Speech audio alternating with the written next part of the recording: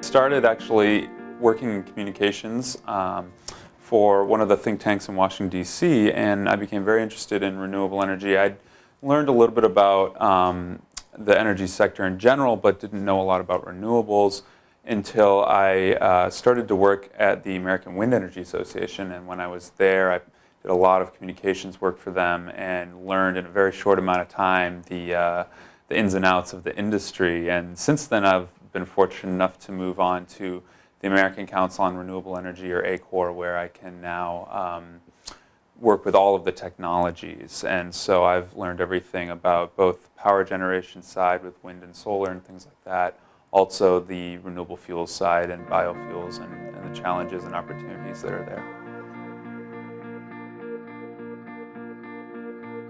So I'm the Strategic Communications Manager at ACORE, and my job is primarily to work on two projects: the Energy Fact Check website at energyfactcheck.org and the Energy Communicators Group, which is a collection of over 400 industry communicators and staff from both the private sector and the nonprofit sector.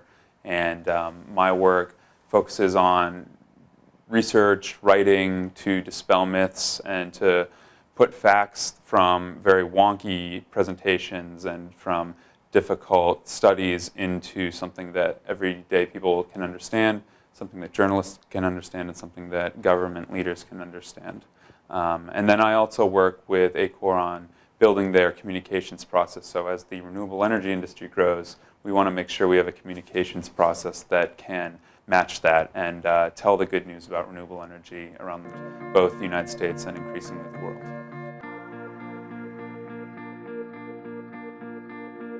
The most challenging part of my job, hands down, is probably dealing with the myths about renewable energy and finding a way to put into words the value proposition that renewable energy brings. Working in an industry that's transforming every single day, we're going from being a minuscule part of energy, something that I think a lot of people saw as very much a niche part of the mix, to what is now an extremely viable industry, a profitable industry, an industry that's actually transforming the way that we live and the way that the world produces its energy.